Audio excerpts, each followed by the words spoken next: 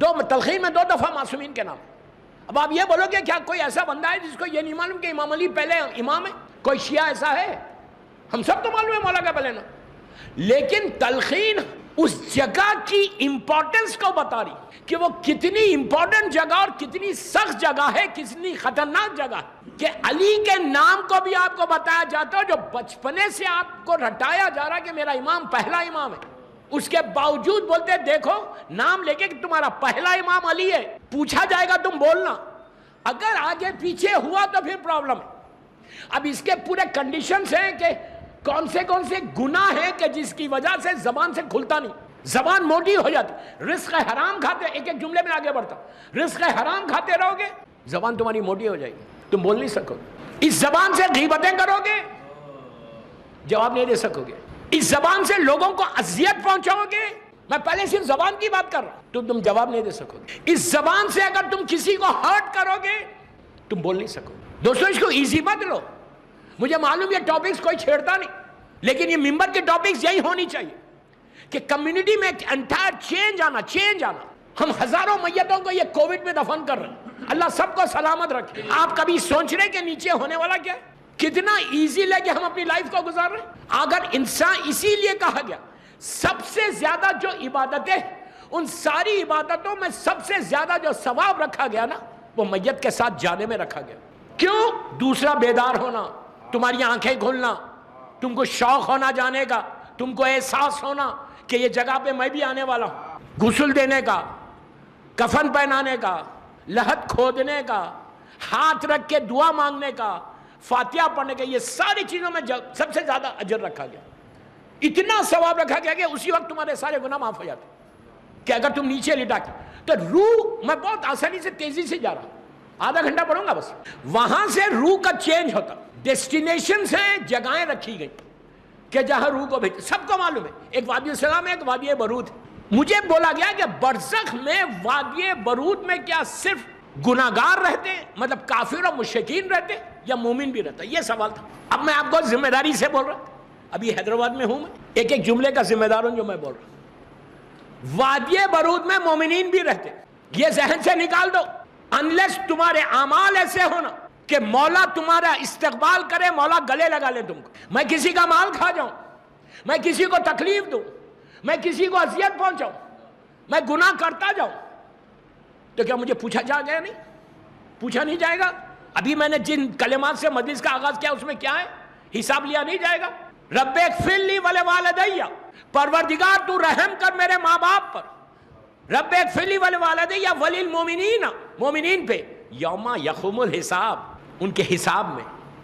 دوستو حساب لینا آتا, دینا نہیں آتا. میں بہت جلدی حساب لیتا, اگر میں 1000 روپے کسی کو دوں اور جا کے بولو گروسری کرو, آتے پہلے پوچھتا بابا بچے کتنے, حساب دو. مجھے دنیا میں آج تک کوئی ایسا سخی نہیں ملا جو دیتا جائے اور حساب نہ لے.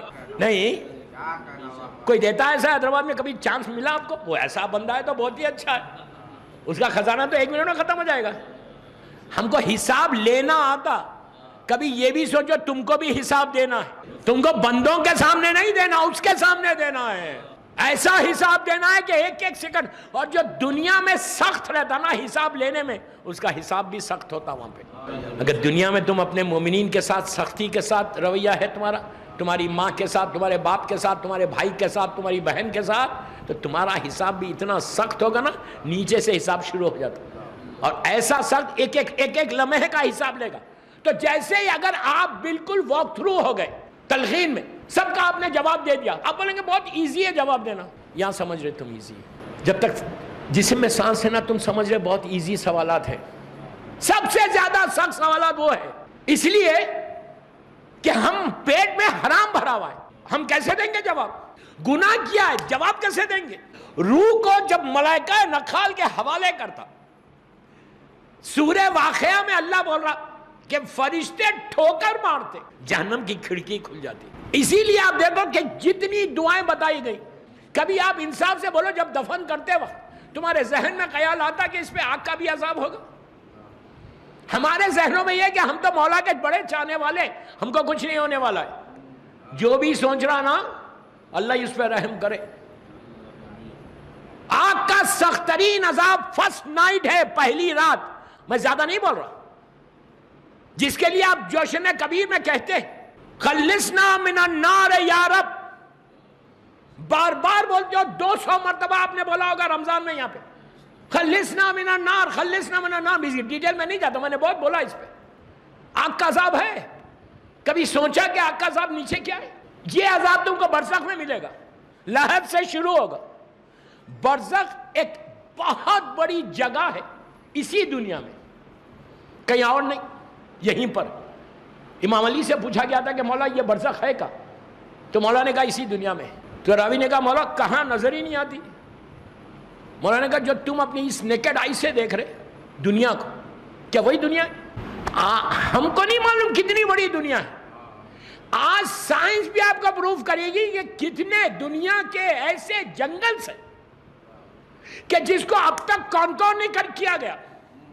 سیٹلائٹ سے بھی انہوں نے جا کے معلوم نہیں کیا گیا کہ کیا چیز ہے اس کے اندر. آج بھی ہمارے سامنے جو دنیا دیکھ رہے ہیں ہم، بس اتنی نہیں ہے.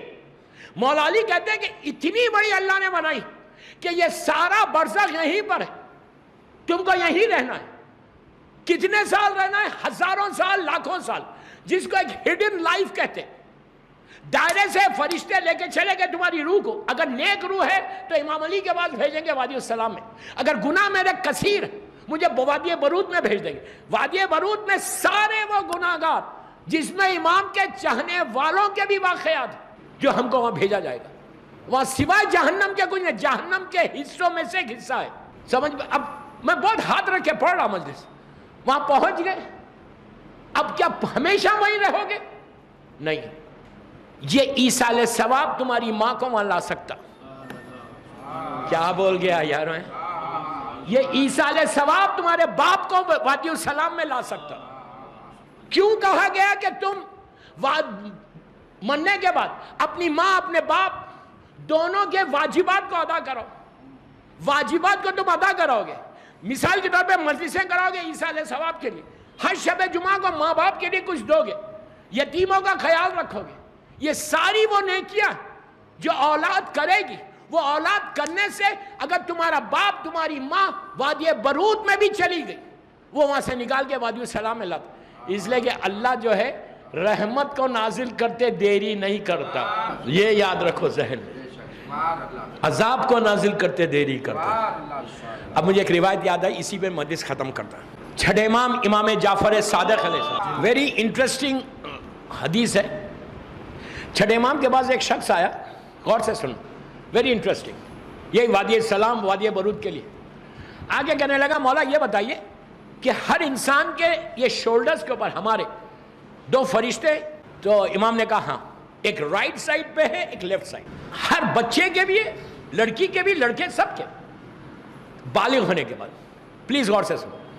تو امام نے کہا کہ ہاں دونوں فرشتے. تو راوی نے پوچھا مولا یہ فرشتوں کی ڈیوٹی کیا ہے؟ مولا نے کہا کہ ہر جو تم عمل کرو گے، مثال کے طور پہ جیسے تم مجلس میں آئے تو جو رائٹ سائڈ والا فرشتہ وہ لکھے گا کہ اس نے اتنے وقت میں ذکر حسین سنا. مثال دے رہا، نماز کا وقت ہے، آپ نے نماز پڑھی، وہ لکھے گا کہ اس نے نماز پڑھی. روزہ رکھا، اس نے لکھے گا کہ اس نے روزہ رکھا. کسی یتیم کی مدد کی، یہ وہ کرے گا. جو تم نیکی کرو گے، ایون اگر تم ایک سلوات پڑھو گے تو وہ بھی لکھے گا. اور یہ لوگ بڑے ویل ایکیوبڈ ہیں کمپیوٹرز لے کے، ویری ویل ایکیوبڈ. اور ان کے کمپیوٹر میں کبھی وائرس آتا بھی نہیں. میں آپ کی لینگویج میں بات کر رہا، آپ کو سمجھانے کے لیے بات کر رہا. تو ویری ویل ایکیوبڈ، ایک ایک چیز کا، ایک ایک لمحے، ایک ایک سیکنڈ کا حساب لکھا. پوچھا مولا لیفٹ سائڈ والا کیا کرتا؟ تو امام نے کہا لیفٹ سائڈ والے جو تم گناہ کرتے وہ لکھتا. پہلی چیز ہم کو اپنا گناہ یاد ہی نہیں آتا. مجھے کبھی سمجھ ہی میں نہیں آتا کہ میں نے بھی کوئی غلط کام کیا ہے. میں اپنی طرف ڈال کے بول رہا ہوں کہ ہم کو اپنے گناہ کبھی یاد ہی نہیں آتے. کیوں؟ ہم سمجھتے ہیں سب سے زیادہ نیک تو میں ہوں، سب سے زیادہ پائس تو میں ہوں. لیکن یہ جو بندہ یہاں بیٹھا ہوا ہے وہ تمہارا ایک ایک لمحے کا، ایک ایک لمحے کا جو تم ایکشن کا، مثال کے طور پہ تم نے انڈین سانگ سنا، آپ نہیں سنتے بول رہا، آپ نے گانا سنا، اس نے لکھ لیا کہ اس بندے نے گانا سنا. آپ نے اپنے ماں سے بدتمیزی کی، بڑی آواز، بدتمیزی تو بڑی بات ہے، بڑی آواز سے بات کی، وہ لکھ لیا. تم بیٹھے ہوئے تھے، تمہارا باپ کھڑا ہوا تھا، لکھ لیا کہ اس نے یہ گناہ کیا ہے. نبی یوسف کو نہیں چھوڑا اللہ نے. آپ اور ہم کیا ہے بھائی؟ سمجھ میں میں یوتھ کو بول رہا کہ بچوں، باپ آئے ماں آئے تو کھڑے ہو جاؤ. نبی یوسف کو اللہ نے نہیں چھوڑا تو آپ اور ہم کیا ہے بھائی؟ نسل نبوت لے لی ان سے صرف، اور ان سے گناہ نہیں ہوا تھا، ترک اولاد تھا. تو بہرحال ایک ایک چیز جو لکھ رہا، ایک ایک گناہ جو میں کر رہا، جھوٹ بول رہا، غیبت کر رہا، جو بھی کر رہا یہ لکھ رہا. تو اب پلیز اب سنو، یہ تو سب کو معلوم ہے لکھتے ہیں. رائٹ والا نیکی، لیفٹ والا گناہ. چھڑے امام سے پوچھا مولا کیا یہ دونوں چینج ہوتے ہیں ان کی ڈیوٹی؟ امام نے کہا 12 گھنٹے کے بعد چینج ہوتی. دنیا میں بھی 8 گھنٹے کے بعد چینج ہوتی نا ڈیوٹی. اللہ بھی 40 آور سے زیادہ نہیں لیتا. پھر بعد میں اوور ٹائم ہے، سمجھو آپ. سمجھ آئی؟ میں آپ کی لینگویج میں بات کر رہا ہوں. اب سنو، کرم پروردگار دیکھو، اس کی بلیسنگ دیکھو، اس کی رحمت دیکھو. امام نے کہا جتنی نیکیاں لکھنے والے ان فرشتوں کی ڈیوٹی چینج ہوتی. مثال کے طور پہ صبح 6 بجے شروع ہوئی، مثال دے رہا، فجر سے شروع ہوئی اور رات میں عشاء تک چلی، مثال دے رہا. اس کے بعد یہ فرشتہ چلا جاتا، نیا فرشتہ آتا عشاء سے فجر تک. میں سمجھانے کے لیے بول رہا ہوں، اوکے؟ تو دن میں 2 فرشتے آتے. 15 سال لڑکا، 9 سال لڑکی، 70 سال تک تم زندہ رہے تو 45 ایئرز تک. 45 ایئرز ڈیوائیڈ کرو 365 سے. 365 دن ایک سال میں ہوتے. 365 دن میں مطلب ایک دن میں 2 فرشتے آ رہے 24 گھنٹے میں، نیکی کے فرشتے. اور عذاب کا فرشتہ ایک ہی رہتا. کرم پروردگار دیکھو. اب آپ لوگ یہ روایت آپ نے نہیں سنی ہوگی کہ کرم کتنا ہے پروردگار کا. عذاب کا فرشتہ ایک ہی رہتا جو تمہاری ڈیوٹی کو لکھتے جا رہا، تمہارے گناہ کو لکھتے جا رہا. کہا جب تمہارا اعمال نامہ کھلے گا، اعمال نامہ کھلے گا تو اعمال نامہ جیسے ہی کھلا، یہ سارے فرشتے جو 45 سال میں مثال دی آپ کو، 45 ایئرز کے جو فرشتے ہزاروں لاکھوں ہیں، اللہ کے پاس کوئی مشکل نہیں ہے، وہ اربوں بنا سکتا. وہ خالق کائنات ہے، رب العالمین ہے. یہ سارے فرشتے اس بندے کی رپورٹ دیتے اتنے کہ اللہ اس نے یہ نیکی کی، یہ نیکی کی، یہ نیکی کی، یہ نیکی کی، یہ نیکی کی، یہ نیکی کی. اب جو عذاب کا فرشتہ ہے بولتا نہیں میرے پاس بھی ہے، میرے پاس بھی ہے رپورٹ اس کی. اس کے یہ رپورٹ یہ پیش کر رہا، اس رپورٹ میں یہ اکیلا ہے جو گناہ بتا رہا، لاکھوں فرشتے نیکی بتا رہے. ابھی بھی نہیں سمجھے آپ؟ لاکھوں نیکی بتا رہے. کرم پروردگار یہ ہوتا، اللہ بولتا تو اکیلا ہے، اتنے ان کی گواہی نیکی کی ہے. اس کی مثال دوں دوسری دنیاوی. دائرہ میر مومن میں جب آپ غسل جاتی میت غسل کو تو ایک پیڈ لے کر آتے، سائن کرو، شہادت نامہ جس کو بولتے، رائٹ؟ اس شہادت نامہ پہ سب سائن کرتے. 40 آدمی، 50 آدمی، 40 آدمی سائن کر رہے.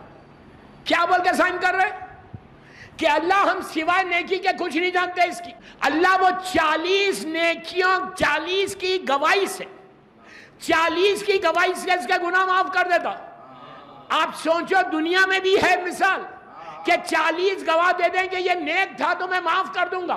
تو اب پتا چلا کہ بہانے کیسے ڈھونڈ رہا رحمت کو نازل کرنے. یہ جتنی تم نیکیاں کرتے جاؤ گے تم برزخ سے ایزی مت لو اپنی زندگی کو.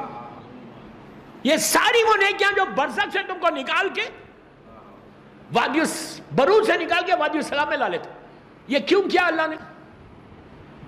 اس لیے کہ جتنا عذاب ہے تمہاری خبر کے اندر ہے. لحد میں تم اکیلے ہو، لحد میں اکیلے ہو نا، بالکل اکیلے ہو. اگر یہی عذاب اللہ روز محشر دیتا تو کتنا تکلیف ہوتی. وہ ہزاروں لاکھوں ملین ٹریلینز کے سامنے دے رہا.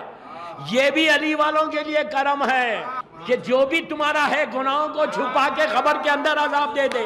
اور جب تم روز محشر اٹھو لوگوں کے سامنے تو مغفورہ اٹھو.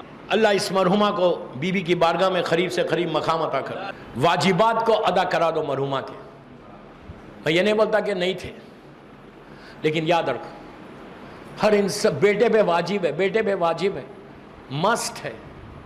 مسٹ ہے کہ اپنی ماں کے، اپنے باپ کے واجبات کو ادا کرا دو. ہر انسان کے رہتے